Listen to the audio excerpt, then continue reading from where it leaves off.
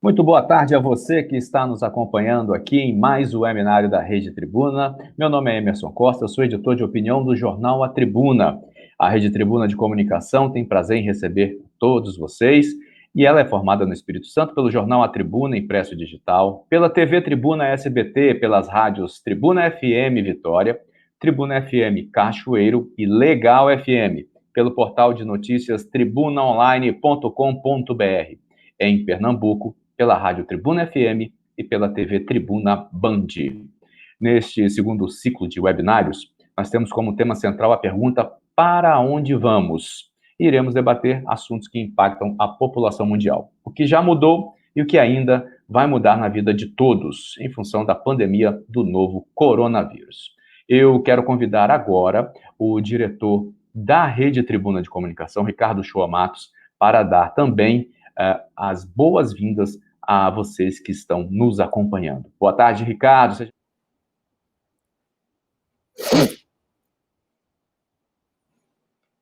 Boa tarde, Emerson. Boa tarde a todos que nos acompanham no segundo webinário, no segundo dia de palestra.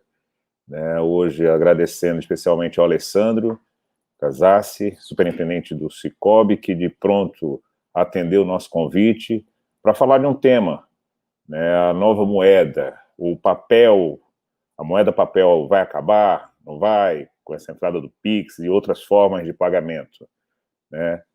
Agradecer a toda a equipe técnica que está envolvida aí, a equipe da Nilda, do Jovandro, Rômulo Guimarães. Agradecer aos patrocinadores, sem eles nada disso seria possível. Agradecer ao Emerson, nosso editor do jornal A Tribuna, que tanto faz aí, com tanta competência, a mediação, o filtro das perguntas, e que tenham todos uma excelente palestra. Agradecer a vocês de terem deixado um espaço para nos acompanhar. Lembrando, o Emerson já falou, mas lembrando, quem não acompanhou, quem não conseguiu ver, vai estar disponível no Tribuna Online, essa palestra como a anterior, e na próxima terça-feira nós temos uma outra palestra também, que o Emerson vai abordar também, e eu quero convidar todos para assistir o vídeo dos nossos patrocinadores, que é a ArcelorMittal, a Findes, a OCB Espírito Santo e Suzano. Tenham todos uma excelente palestra, uma ótima tarde e um bom final de semana.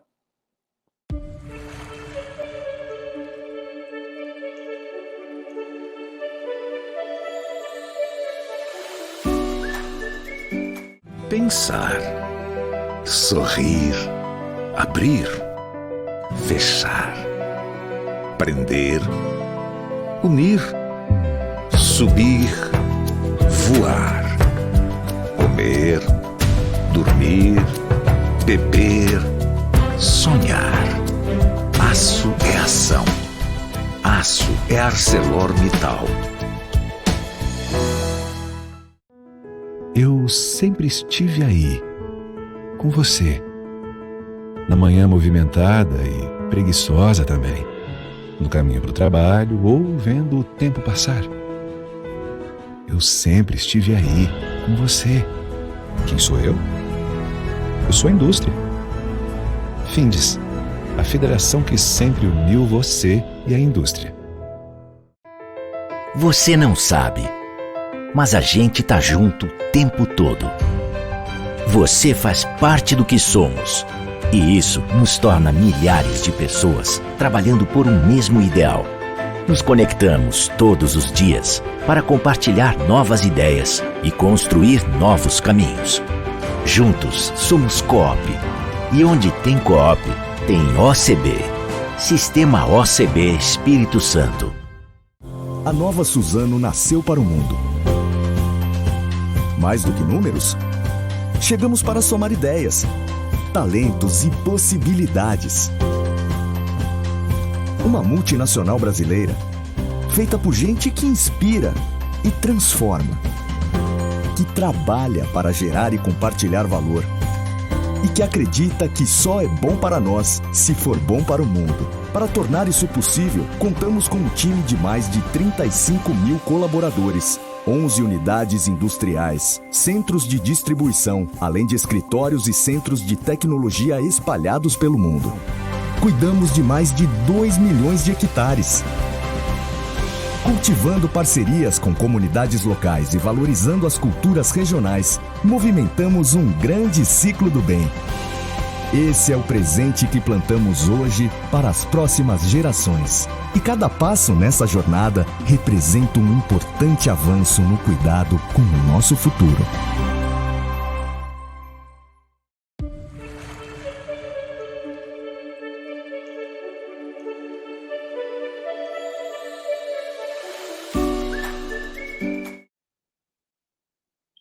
Olá, 2 horas e 38 minutos, estamos de volta. Você acompanhou o vídeo aí de quem ajuda a realizar este evento, de quem ajuda a levar até você mais conhecimento, né? Para você ter aí, nessa época de pandemia, as informações necessárias para ir acompanhando os avanços da nossa sociedade. Bom, antes de começar aqui a palestra, já eu chamo o nosso convidado e falo do tema, eu quero dar uns avisos aqui, que são os seguintes. Se você tiver algum problema na transmissão, você vai usar o itens perguntas para enviar aí qual é o problema, para a nossa equipe técnica te ajudar a resolver, sanar aí na plataforma eventuais problemas que possam ocorrer. Às vezes dá uma congeladinha, igual deu agora aí na imagem, afinal de contas o mundo está conectado e essas coisas acontecem. Depende se você está no seu celular, ou está no seu tablet, ou no seu desktop aí, na sua sala, no seu serviço, não é isso? Então, acaba acontecendo aí essas intercorrências na internet, né? Principalmente quem tem fluxo de dados um pouco mais restrito, né? Tem que compartilhar, ou então você está querendo acompanhar, não esquente a cabeça não. Se tiver algum problema, depois você também pode assistir a palestra na íntegra no nosso site www.tribunaonline.com.br, vai estar lá disponível. Bom, as suas perguntas também devem ser enviadas pelo item perguntas, e daí tu coloca o teu nome, né? Você coloca o seu nome, coloca também de onde você está falando, para que as pessoas possam te identificar. Fica mais fácil também saber de onde nós temos participação. Temos participação daqui do estado, de fora do país também. Quem tiver 60% do tempo online conosco vai receber um certificado pelo e-mail de cadastro que você fez. Também vai receber neste e-mail uma pergunta, um questionário, né? Melhor, um questionário para que você responda. Por favor, responde, participe deste questionário. Responda a este questionário para que a gente possa ter, nos próximos eventos, temas que você ajude a escolher, temas que você gostaria de ouvir aqui no nosso webinar, né? É você quem ajuda a fazer este evento, né? Após os eventos, esse certificado vai para você junto com o questionário, né? Você não precisa ficar contando o tempo, quanto tempo você ficou aqui conosco, se ficou 60% ou não, porque o nosso sistema, ele faz isso automaticamente, né? Você pode acompanhar, como eu disse, via desktop, celular e também nas nossas redes sociais. A partir de hoje, tem também nas redes sociais. O nosso webinário, ele está sendo gravado, vai estar disponível em breve. E, por fim, mais uma vez, queria deixar destacado aqui que caso a imagem congele ou o áudio fique mudo momentaneamente, não saia da sala, não saia aí do link, que ele vai voltar rapidamente, ok? Vamos então ao nosso tema de hoje. Vamos conhecer aqui o nosso palestrante, a nova economia. Estamos prontos ou não para o fim do dinheiro de papel? Será que vai acontecer o fim do dinheiro de papel? Hoje nós temos aí transações eletrônicas, cartão de crédito. Nunca se comprou tanto via internet como nesta pandemia. Para falar sobre este assunto, para nos dar uma verdadeira aula, eu convido o Alexandro Cassassi, e ele vai entrar aqui agora conosco, ao vivo. O Alexandro, olha ele aí, é superintendente do Sicob no Espírito Santo. Ô, Alexandro, muito boa tarde, superintendente, seja muito bem-vindo, hein? Boa tarde, Emerson. Muito obrigado. Obrigado você, obrigado, Ricardo. Eu vou abrir espaço aqui para você apresentar a sua palestra, para você conversar com os nossos telespectadores, os nossos internautas, as pessoas que estão só ouvindo também, que está trabalhando, está prestando atenção lá. E aí, daqui a pouco, a gente volta com as perguntas de quem está acompanhando a nossa palestra, viu? O microfone é seu, o vídeo também. Uma boa palestra e daqui a pouco nós nos falamos. Ok, então. Bom, agradecer aí você, o Ricardo e a todos que estão assistindo esta webinar, né? É com prazer e alegria que dela eu participo para falar de um tema tão importante para o nosso dia a dia, né? Tanto para as pessoas físicas quanto para as pessoas jurídicas. E que já estamos experimentando, de certa forma, desde o dia 16 deste mês, né? Por isso eu agradeço e parabenizo a Rede Tribuna por esta oportunidade e iniciativa. Bom, primeiro eu gostaria de traduzir para o público, né, que nos assiste de forma simples o que é o PIX e quais são essas pretensões que o Banco Central tem com o PIX, né? Já que o tema é substituir o papel, né, o dinheiro físico, pelo digital, se isso é possível. Bom, a pretensão do Banco Central é que os brasileiros façam transferências. Então, vamos imaginar que você precisa fazer uma transferência para um parente, para um amigo, de valores que vão de 1 centavo a milhões, 24 horas por dia, 7 dias por semana, de forma instantânea. Mesmo esse seu parente, seu amigo, tendo conta em outra instituição financeira, ou em uma carteira digital, né, uma conta de pagamento, fintechs, são sinônimos, né? Então, ele criou esse ambiente para integrar todos esses atores, né, do sistema financeiro nacional. E isso vai ocorrer de forma instantânea, né, podendo concluir em até 10 segundos essa transação. Um outro exemplo prático do que se dá pretensão é para compras, né? Então, compras também de valores pequenos ou valores grandes. Nós podemos estar caminhando na praia, nós podemos estar numa praça e comprar um picolé, tomar um sorvete, tomar uma água de coco e poder pagar com isso através do celular. Você não precisa ter um cartão, né? E esse dinheiro vai sair da sua conta em um banco ou vai sair de uma carteira digital e vai entrar na conta de um banco ou de uma carteira digital do vendedor, né? Também em 10 segundos, sem você precisar pôr a mão em dinheiro ou pôr a mão em um cartão de débito ou de crédito. Portanto, as principais características desse sistema, já que ele tem essas pretensões, né, de, vamos dizer no primeiro momento, substituir o dinheiro, ele tem que ter qualidades iguais ou melhores que o dinheiro e os demais instrumentos, né, disponíveis hoje. Então, quais são as características que o Banco Central trabalhou para esse mecanismo? A praticidade, disponibilidade, usabilidade, o menor custo e segurança. Ele trabalhou em cima desses pilares para que as pessoas adotassem o PIX como uma forma de pagamento. Então, quando fala-se de praticidade, aqui é a ideia de que, através de um QR Code ou de uma chave PIX, consiga efetuar o pagamento e o recebimento.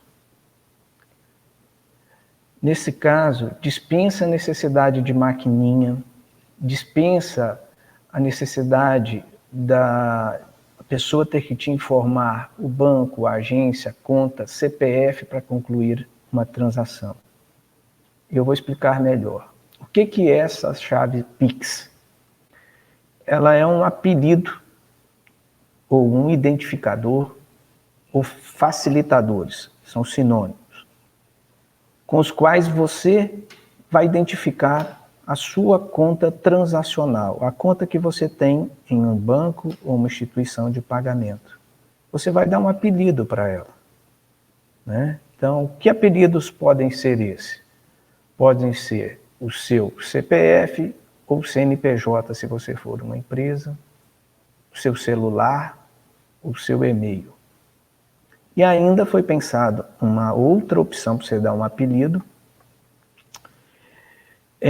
de forma que você não identificasse essa conta, né, que é uma chave aleatória, né? Então, você pode criar uma chave, que são números que não significam nada, mas que o sistema vai entender que aquela chave te pertence à sua conta.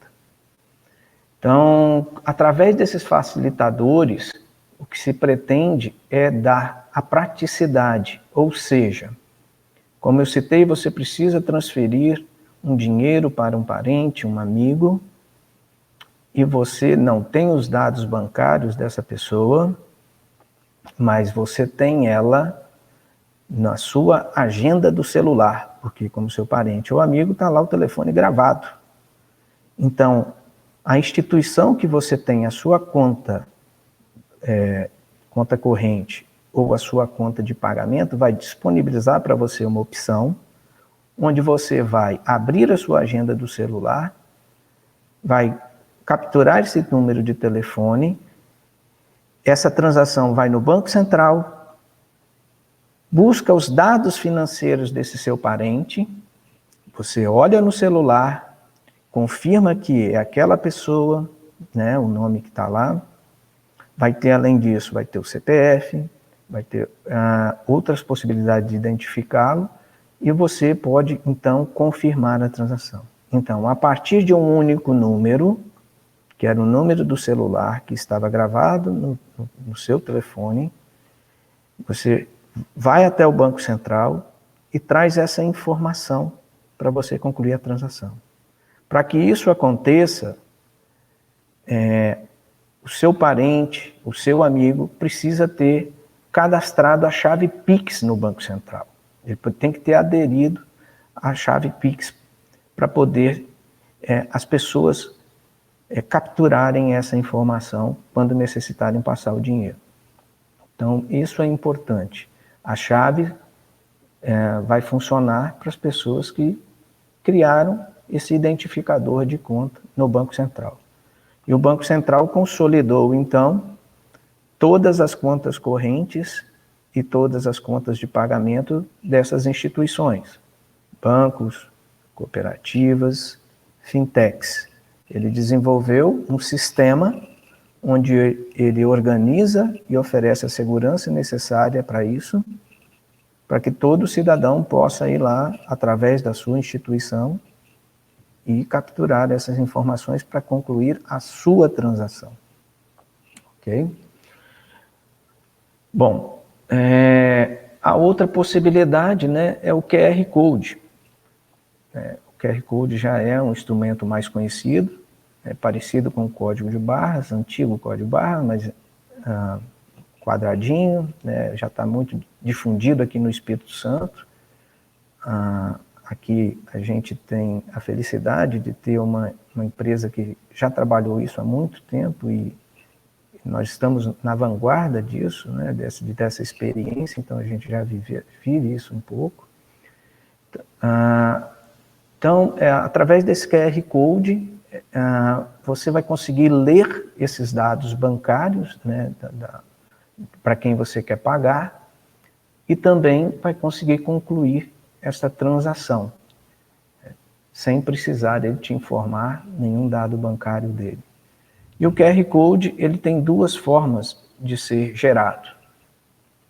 Um é o dinâmico, que é a cada transação, o estabelecimento vai gerar para você, ou uma pessoa física vai gerar para você. E dentro dele pode ir o valor daquela transação, como pode ir outras informações que vai permitir fazer conciliação bancária. Isso é muito útil para as pessoas jurídicas.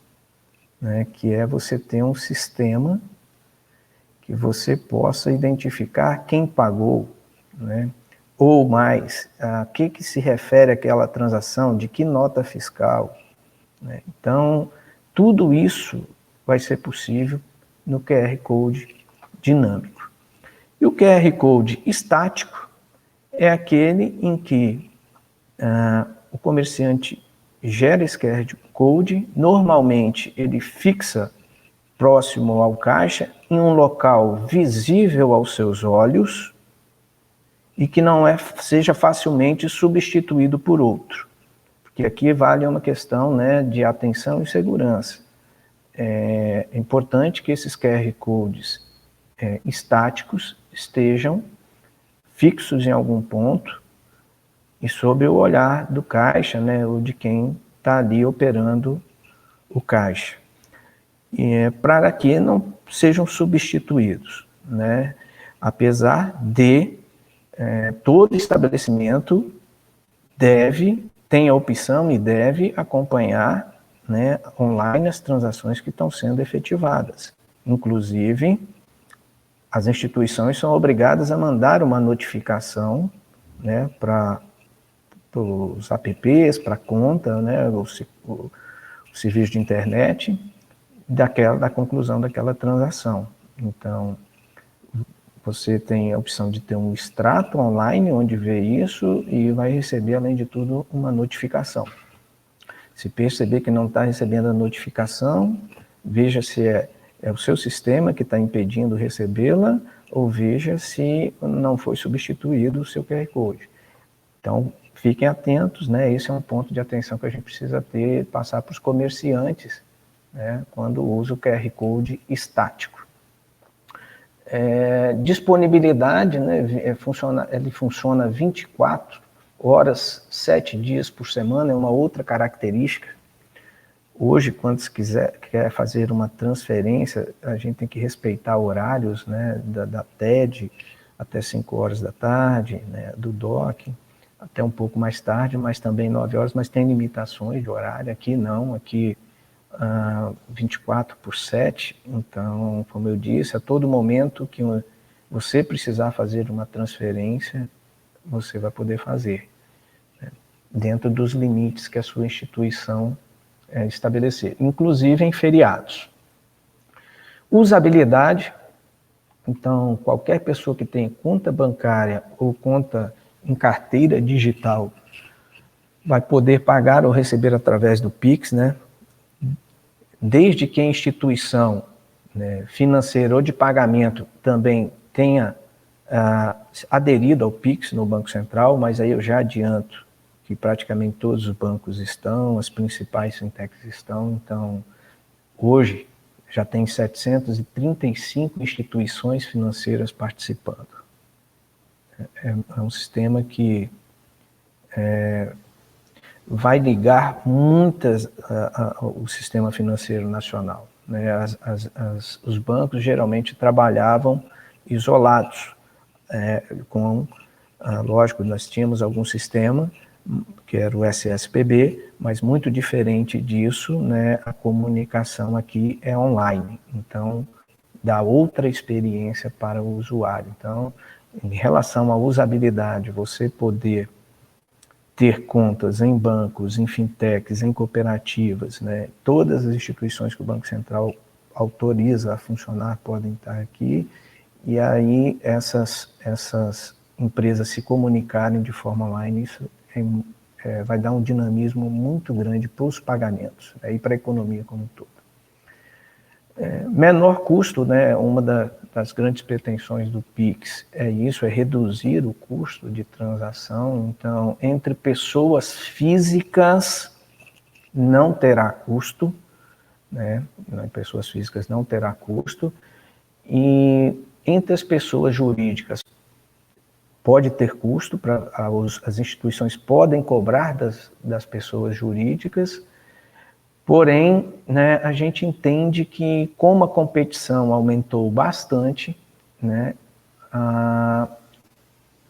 as instituições tendem a praticar taxas e tarifas menores do que hoje é praticado nos demais meios de pagamento. Também vale esclarecer aqui que o MEI e o empresário individual, para efeito do PIX, né, de regulamentação do PIX, eles se enquadram como pessoas físicas, porque o Banco Central deu esse benefício para a pessoa física de isenção, e para o MEI ele deu esse benefício e deu para o empresário individual, né, de aplicar para essas pessoas a regra da pessoa física, que a princípio é isenta. A princípio. Por quê?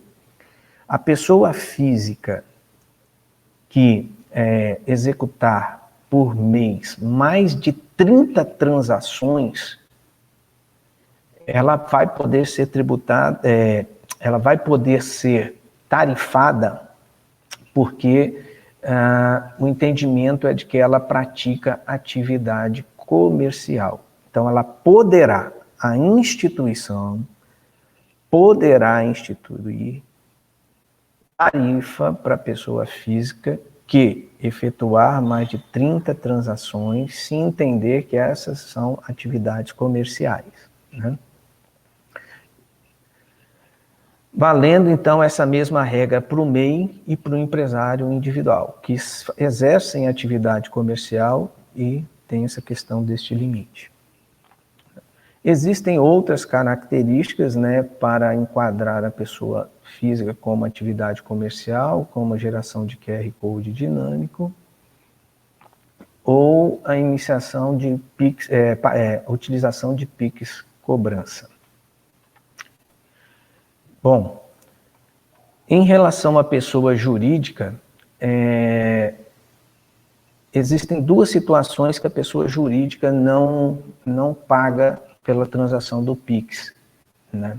É quando ela paga um PIX cobrança, que se assemelha a um boleto, ou quando ela for recebedora de uma transferência. Nesse caso também, ela não paga, a pessoa jurídica, tarifa sobre essas transações. Bom, vale destacar que algumas instituições já estão cobrando pelo PIX, né? Essas tarifas podem ter um custo fixo ou um custo variável, ou um mesclado das duas, fixo e variável. Portanto, é importante que você, empresário, busque conhecer, né, a tarifação que a sua instituição cobra. Isso vai estar disposto na tabela de tarifas da sua instituição, no seu site, como também isso deve estar demonstrado nos comprovantes da transação. Então, ao realizar a transação, isso já aparece na tela do seu app ou do seu computador, mas também quando você conclui no comprovante, isso deve sair. No caso específico da instituição que eu trabalho, que é o Sicoob, nós iniciamos o PIX sem qualquer tarifa, tanto para pessoas físicas quanto para pessoas jurídicas, porque temos sempre o compromisso com os nossos associados de gerar as melhores condições financeiras para eles. Então, inicialmente, nós não estamos cobrando.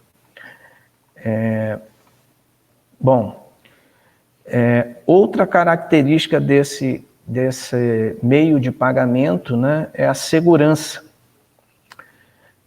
E aqui nós precisamos segregar a segurança por tipos de crimes e responsabilidades. Quando nós nos referimos a crime cibernético, além dos sistemas atuais, né, de proteção que todas as instituições têm, né, como autenticação, limites, cadastro de favorecidos, também o Banco Central criou uma camada de proteção para o PIX, né? Então, todas as transações PIX são criptografadas ponta a ponta, tem uma identificação de pagador e recebedor, tem uma rede fechada de comunicação entre as instituições. Portanto, do ponto de vista de segurança cibernética, nós entendemos que a rede ela é bem protegida, ok? Com relação a fraudes envolvendo a engenharia social, onde a própria pessoa transfere as suas informações ao fraudador, né? Isso acontece às vezes por telefone, até por WhatsApp, né? Quando tem clonagem. Nesse caso, se ele transferir a senha dele, como ocorre muitas vezes, não tem sistema que vai dar jeito, né? Não tem sistema de segurança que vai dar jeito, porque aí todos os sistemas eles têm várias camadas de segurança, mas se o próprio interessado em proteger entrega essas informações, aí não tem tecnologia que vai conseguir segurar.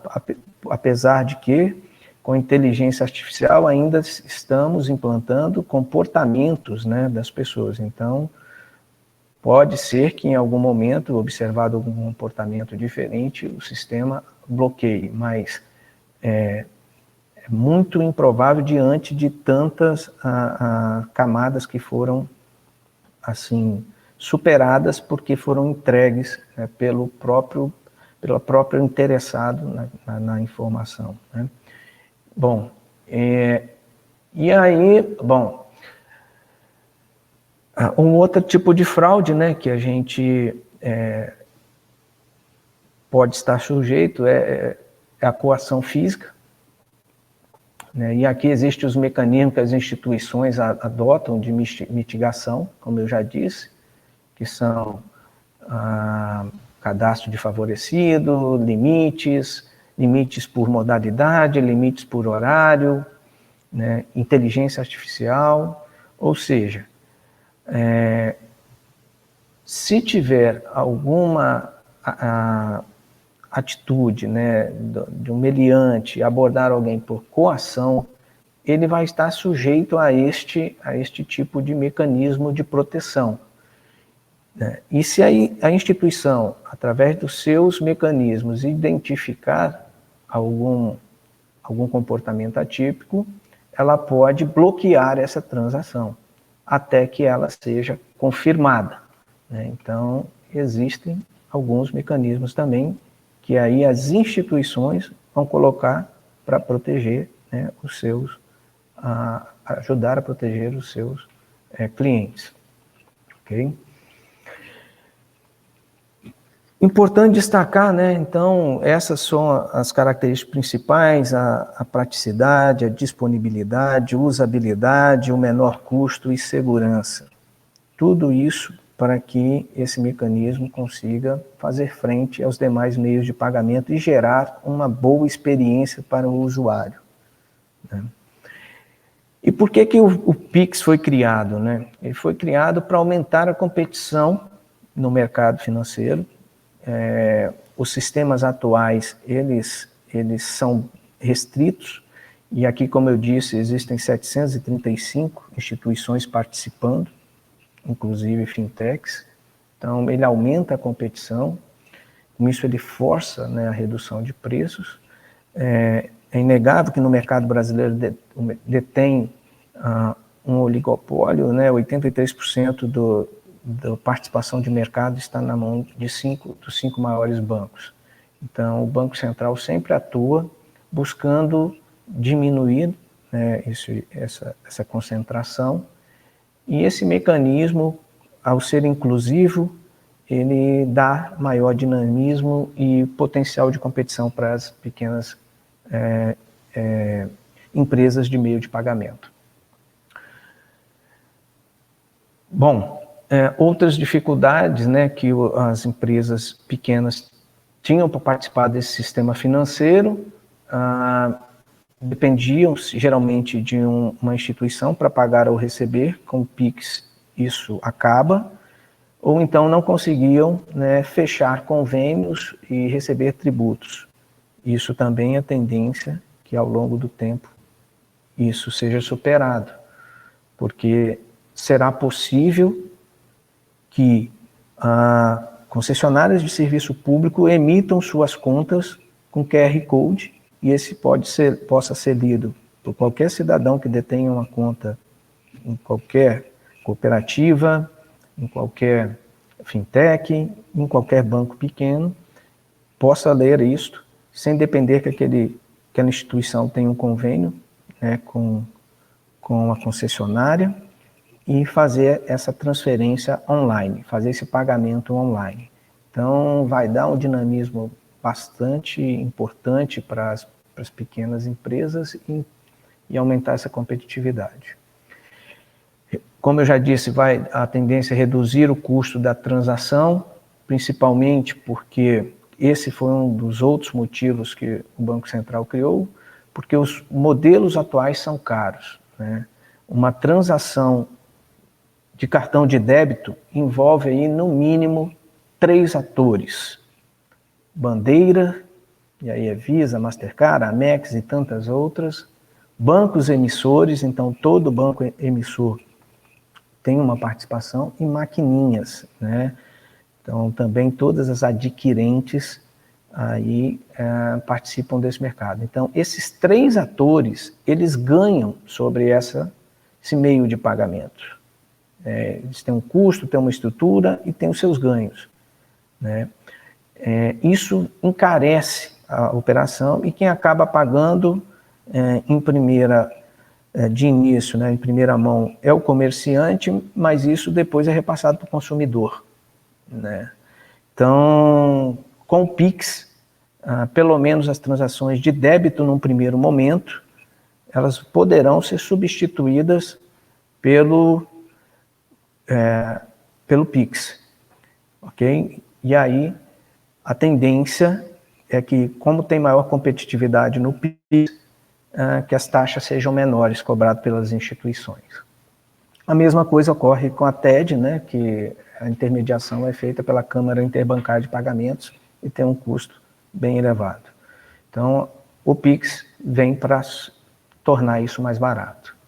Facilitar a inclusão financeira é um outro importante atributo que o Banco Central planejou com o Pix. Nós sabemos que o Brasil tem uma inclusão financeira importante a ser feita. Muito se fez agora na pandemia, né, com as poupanças aí digitais e contas digitais, e mesmo as carteiras digitais. Então, muito se fez na pandemia, mas aqui será um outro instrumento para melhorar esse ambiente, né, e facilitar a inclusão financeira. E redução do custo do próprio Banco Central. Um outro motivo do Banco Central ter criado. No ano passado, para você ter uma ideia, foi gasto aproximadamente 90 bi para a confecção de cédulas, guarda, transporte de dinheiro, né? Bom, será que o Pix, então, vai decretar o fim do DOC, TED, do cartão, de débito, boleto e dinheiro? Bom, a gente acredita que o que vai determinar aqui são as velocidades do que isso vai acontecer, mas que é uma tendência forte, né?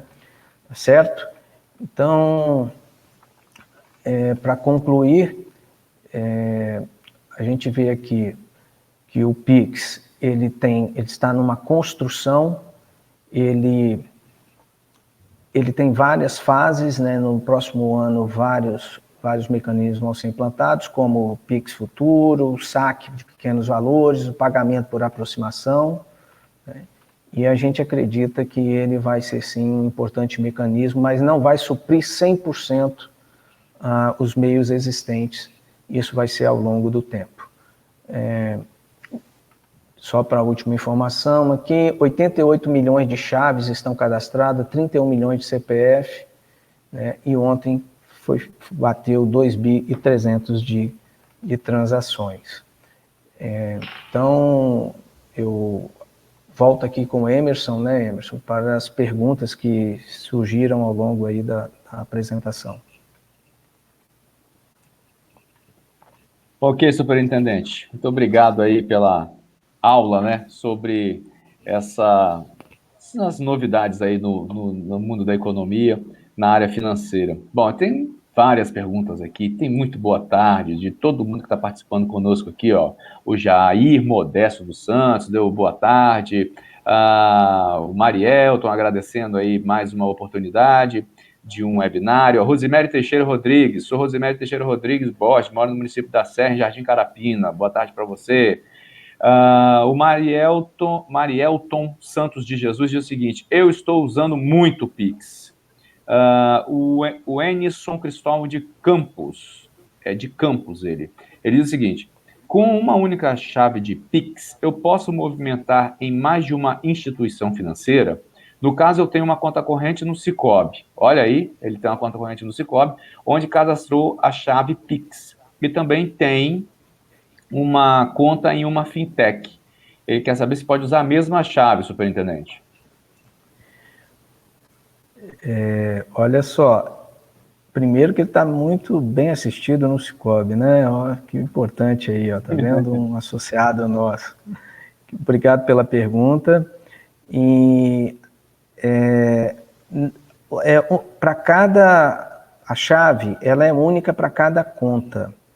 Então, se você tem você tem um CPF, você vai ter que pegar esse CPF e vincular a uma única conta. Você tem um celular, você pode pegar esse celular e vincular a outra conta, a mesma, para que te dê essa possibilidade de você ter uma chave para uma conta e o celular para outra. Então, para a mesma conta, não. Então, se você tem o seu CPF, você vai poder vincular a uma única conta. Mas você tem outras possibilidades de chaves. Então, você tem, além do CPF, o celular e o e-mail. Ok? Então, para uma chave, uma conta. Por que disso? Porque na hora que alguém for consultar, digitar essa informação no seu sistema, ele vai lá no Banco Central e vai trazer. E o Banco Central só permite que você traga uma única conta. Então, lembra que eu disse que é o apelido daquela conta? Então, para cada conta, você vai ter que dar um apelido. Tá? Agora, você pode criar, por exemplo, nós normalmente só temos um e-mail, mas podemos ter mais de um celular, podemos ter mais de um e-mail, podemos ter chaves aleatórias, e aí você cria quantas quiser, ok? Mas no caso do CPF é para uma única conta, celular, se é único, é para uma única conta, ok? Agora, superintendente, me corrija aqui se eu estiver errado, eu estou falando também como consumidor, né? Cliente de banco, enfim. Eu tenho lá o meu CPF, eu tenho o meu número de celular cadastrado como chave Pix e tenho também o meu e-mail. Só que para eu fazer esse cadastro desses dados, eu tenho que ter uma conta em uma instituição financeira e lá eu vou colocar outros dados para confirmar que sou eu mesmo que estou fazendo uma chave com o meu e-mail ou outros e-mails que eu criei e também com o meu CPF, com meus dados, correto? Existe a possibilidade da chave aleatória.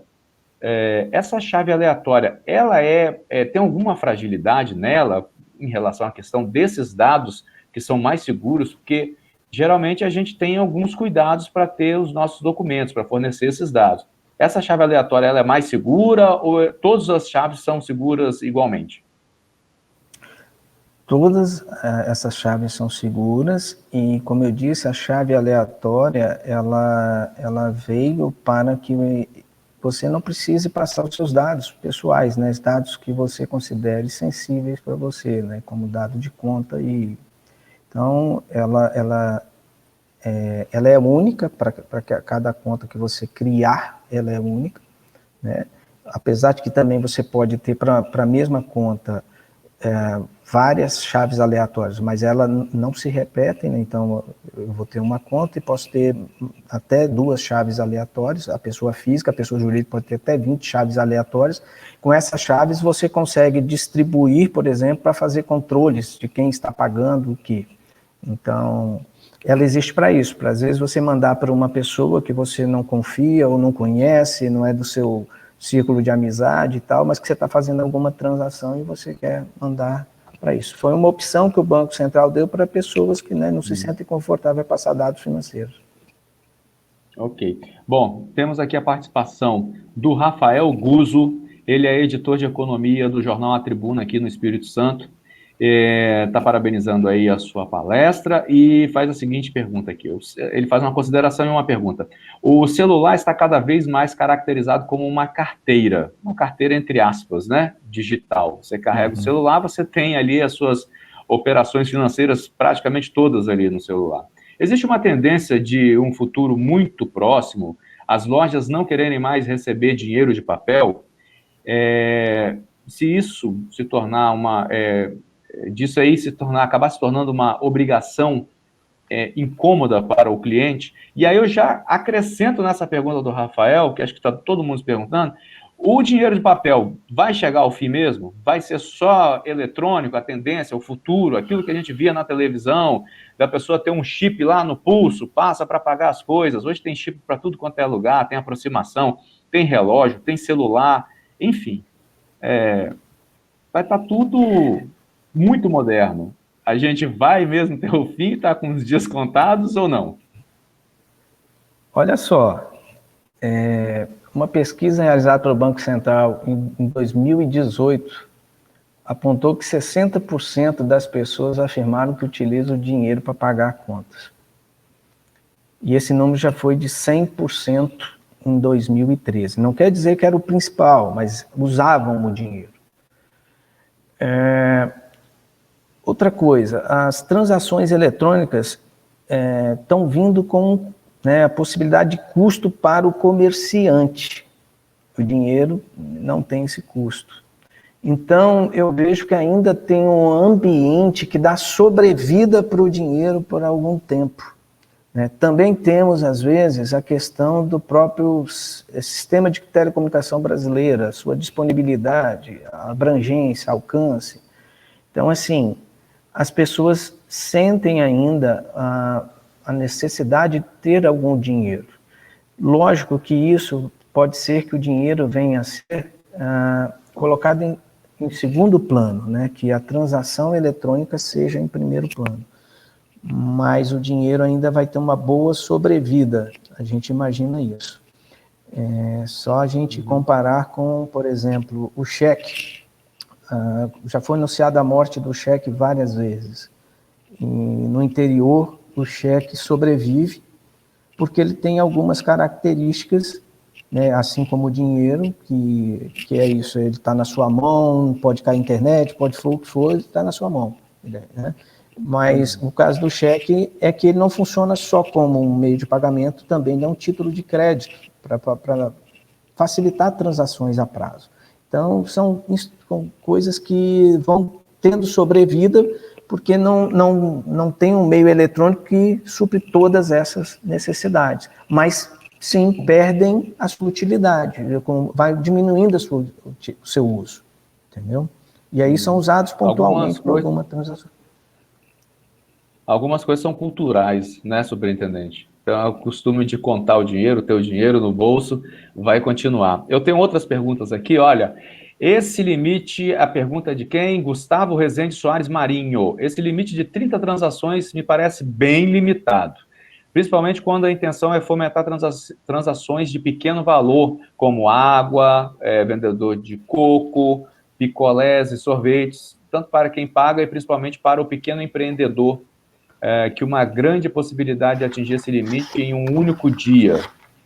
Ele diz o seguinte, o cara vai vender aqui lá na praia, lá, o nosso amigo lá da barraca de coco vai vender muita coisa. A gente conhece pessoal que trabalha com venda de água de coco. Quando tudo voltar ao normal, se Deus quiser, em breve, na praia, água de coco vai receber, vai pagar em Pix, e vai fazer 30 transações rapidamente. Na parte da manhã ele já fez. Então, e aí entra aquilo que a gente falou da competição, né? O cara que vende água de coco, ele vai ter que olhar e falar, é melhor eu abrir conta num banco, numa cooperativa, numa fintech, porque o Banco Central, ele regula coisas mínimas. Ele diz que pode, não que você é obrigado a isentar 30. A instituição pode isentar 100, 200, 300, ou não cobrar nada. E aí, esse é o bonito do sistema financeiro nacional, que o Banco Central, ele promove as melhorias e mudanças, mas não interfere direto no mercado.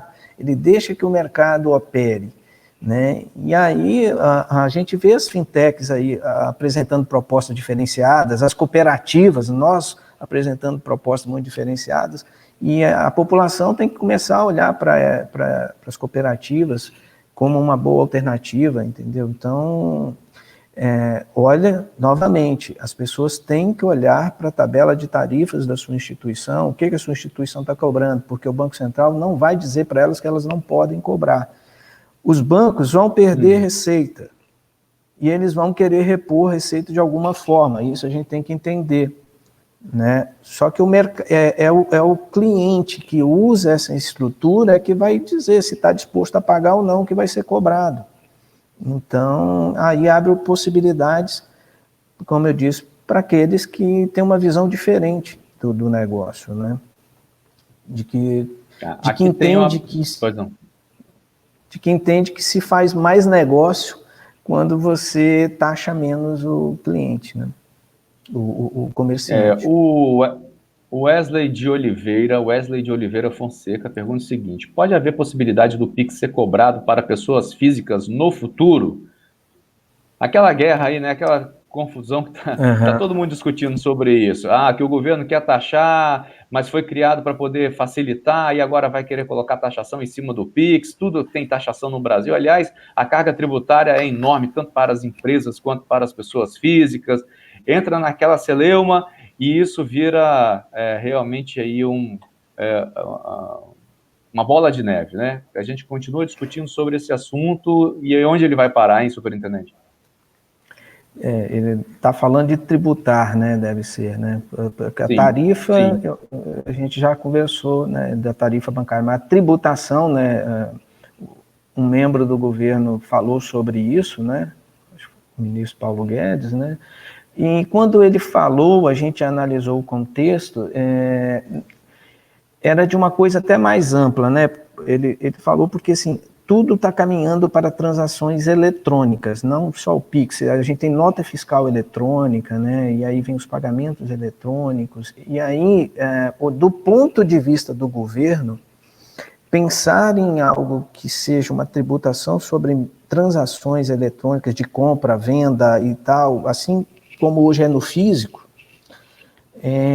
para ele é melhor isso, porque ele controla, sabe quem paga, quem não paga, ele barateia a operação dele, né? Porque hoje o custo de ele administrar, arrecadar isso é alto. Então, falou sobre isso, e isso assusta, realmente assusta todos nós que gostaríamos de não ter. Mas à medida que as coisas caminham para o eletrônico, tudo, compra e venda, pagamentos, né, deixa de ser o físico, o governo olha isso como uma oportunidade. Por isso também é outro motivo que dá sobrevida ao dinheiro, essa questão, né, a cultural. Olha, para mim, não quero pagar imposto, então vou fazer aqui no meu dinheirinho, vendendo dinheiro. Então, assim, tem muita informalidade ainda, né? E essa informalidade o dinheiro favorece, não tem jeito, porque sobre isso ninguém controla, né? E é isso que dá ainda também sobrevida para o dinheiro. Mas, se há possibilidade de tributação, entendo que no futuro, com as transações eletrônicas, isso é um caminho, né? Não tem.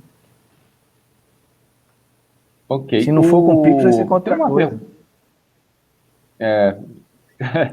Agora tem que ver o que é essa outra coisa aí no futuro também. Até ontem tínhamos as fintechs, né? Operando aí bastante no mercado, pagamento instantâneo, e parece que o Banco Central deu um jeito de pegar a ideia que é muito boa e adaptar à nossa realidade. Bom, outra... Nossa, tem muita pergunta aqui. Deixa eu falar uma coisa para você que está participando conosco, que está online aí. Se não der tempo de fazer, nós vamos enviar para você aqui, o superintendente. Aí depois o superintendente responde e a gente manda para o seu e-mail a sua resposta. Você não vai ficar sem resposta aqui no nosso webinário, ok? Vamos lá. Tem mais uma aqui, ó. Quem é que tá? O Ricardo Romualdo.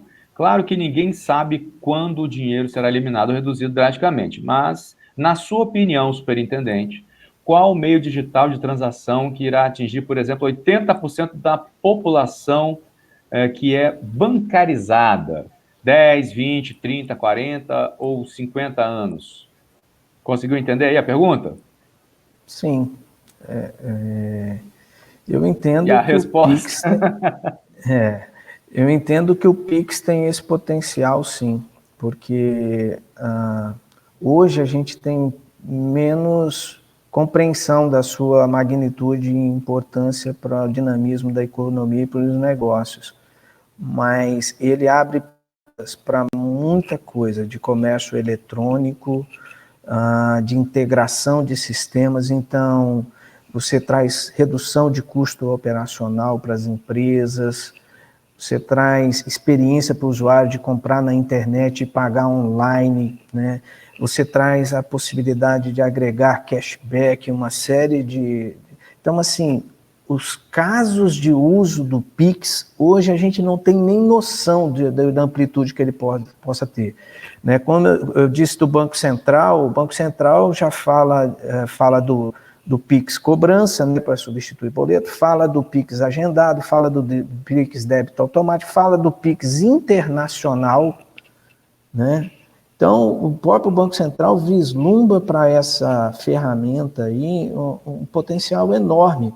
E as empresas e instituições vão se acoplando a esse ecossistema, e ele vai gerando benefícios que são redução de custos e oportunidades para todo mundo, entendeu? Então, eu acho que ele tem um potencial, sim.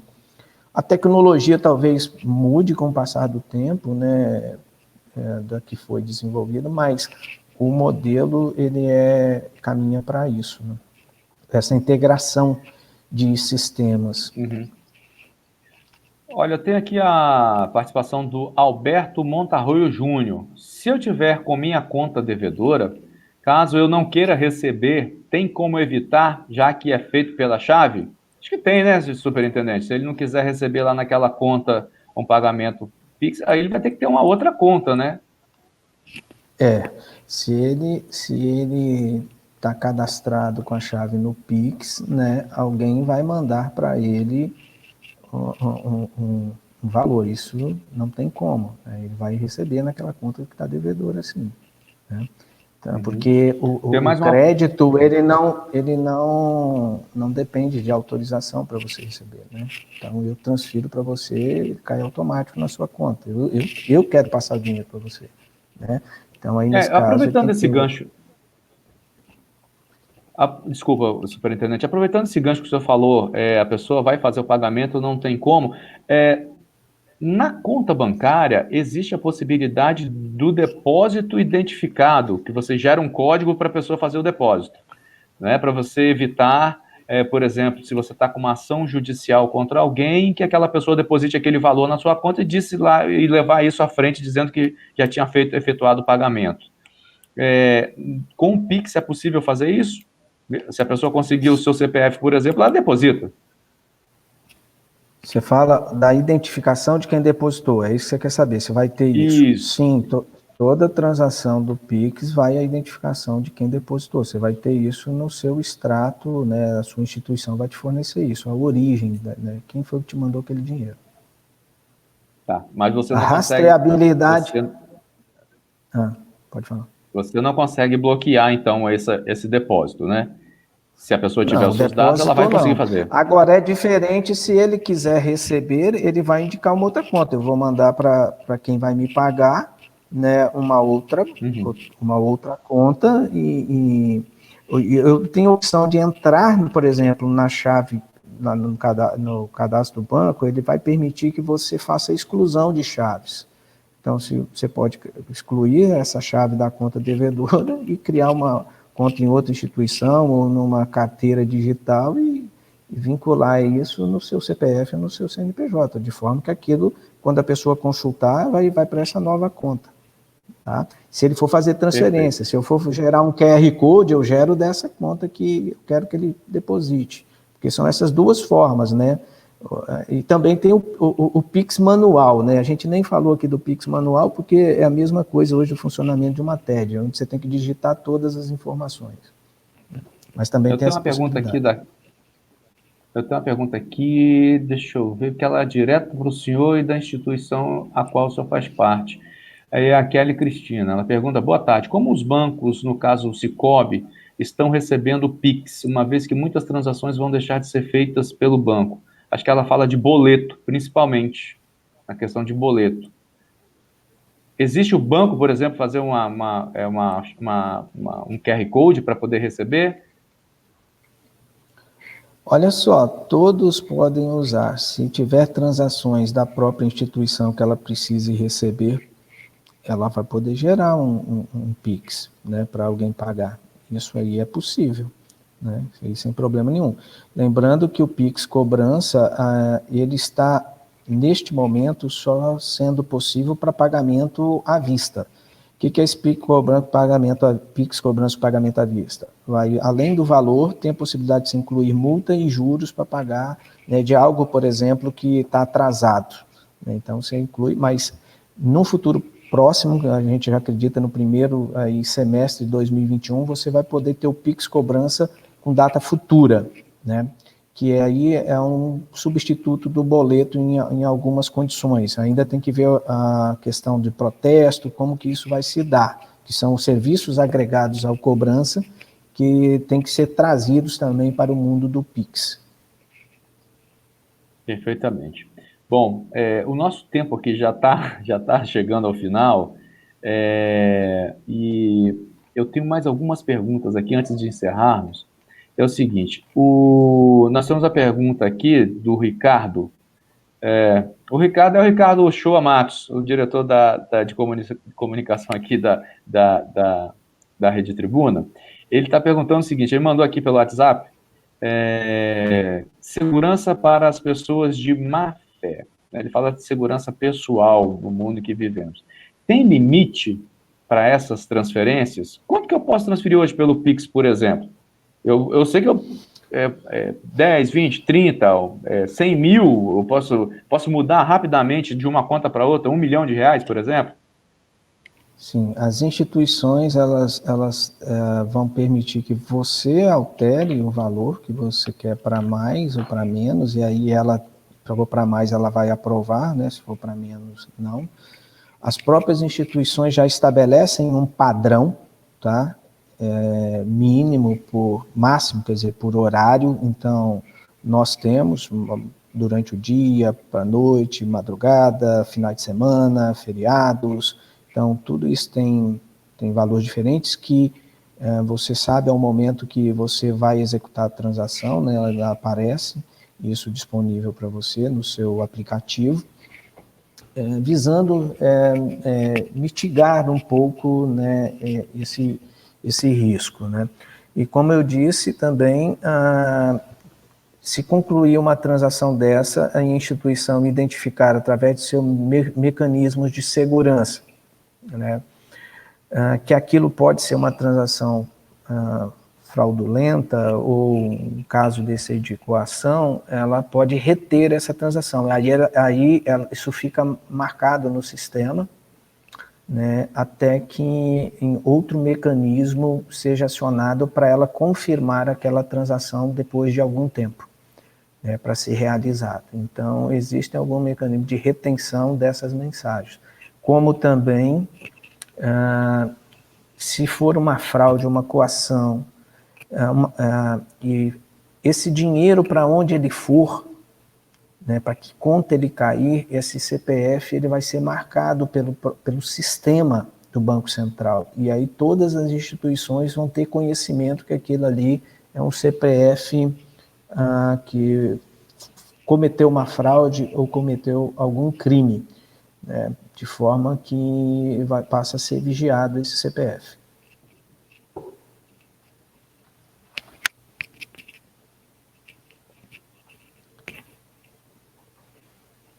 Muito bem, eu acho que nós tivemos aí um pequeno problema aí na transmissão, mas já retornamos aqui. A técnica está me dando um ok aqui, se está tudo bem, para quem estava acompanhando, como a gente falou no começo, para você não sair aí da sala, do bate-papo, também lá onde você está mandando a sua pergunta, e também aqui na nossa transmissão ao vivo. Bom, agora está tudo ok.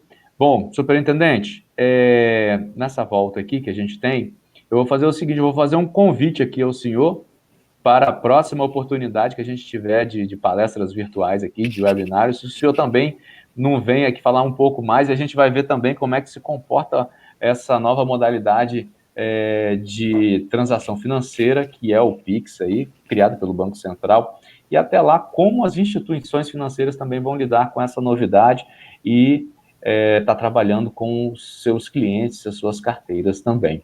Eu quero agradecer muitíssimo a sua participação aqui, viu? Eu que agradeço, eu acho que tem temas importantes acontecendo, além do Pix, nós temos o Open Bank, que é uma outra ferramenta importante, e isso tudo é para beneficiar o consumidor, né? É para dar para o consumidor maior competitividade, reduzir custo dele, autonomia para ele. Então, acho que tem temas bem interessantes que podem ser tratados. Eu quero agradecer aqui novamente a você, Emerson, ao Ricardo, a Nilda, né, e a todos, né, que nos assistiram, e espero ter contribuído de alguma forma para o esclarecimento de dúvidas das pessoas que nos acompanharam ou que assistiram esse vídeo, assistirão, né, este vídeo no site da Tribuna Online. Nós aqui agradecemos, viu? Eu quero também aqui chamar de volta para dar umas palavras finais aqui no nosso encontro de hoje, o nosso diretor aqui da Rede Tribuna, olha ele aí aparecendo, o Ricardo Shoa Matos. Ricardo, seja bem-vindo de volta, viu? Alessandro, obrigado mais uma vez pela sua participação, pela sua palestra. Eu acho que tem várias perguntas, mas infelizmente o tempo não nos permite que todas essas perguntas sejam solucionadas e respondidas por você. Eu acho que o Emerson vai falar, e aí é bom reforçar, Emerson, que todas as pessoas que não conseguiram assistir na íntegra ou perderam por algum motivo, estará disponível no Tribuna Online, essa palestra como a anterior. E na próxima terça, que aí o Emerson vai falar também, teremos, dia 3/12, teremos mais uma palestra do nosso webinário. Quero agradecer a todos que estão nos assistindo, de acompanhar o nosso evento webinário. Emerson, muito obrigado a você também.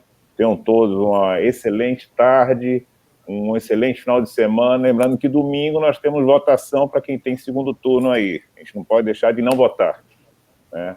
Um abraço, Alessandro. Obrigado, hein? Valeu, obrigado a vocês. Eu que quero agradecer aqui. Agradeço também aqui a participação dos dois no nosso evento de hoje. Lembrando aqui, como disse o diretor da Rede Tribuna, o Ricardo, no dia 1º de dezembro, próxima terça-feira, nós teremos das 14h30 às 15h30, lógico que a gente estica sempre um pouquinho, agora são 3h41, por exemplo, a terceira palestra deste ciclo de debates. Vai ser Lei Geral de Proteção de Dados em vigor. Aí vocês perguntam, mas o que é isso? Eu não ouvi falar ainda, ou já ouvi falar. Então, são seus dados nas mãos das empresas, nas mãos de sites que recolhem lá os seus dados. Por exemplo, quer ver um exemplo? Você vai entrar em um condomínio, você dá o seu RG, né? Seu registro geral, sua carteira de identidade, a sua carteira de motorista, o seu CPF, a sua foto, e faz o seu cadastro para acessar aquele prédio. Mas você foi lá só uma vez, o que eles vão fazer com seus dados? O que pode ser feito? Você tem direito a pedir que eles apaguem esses dados?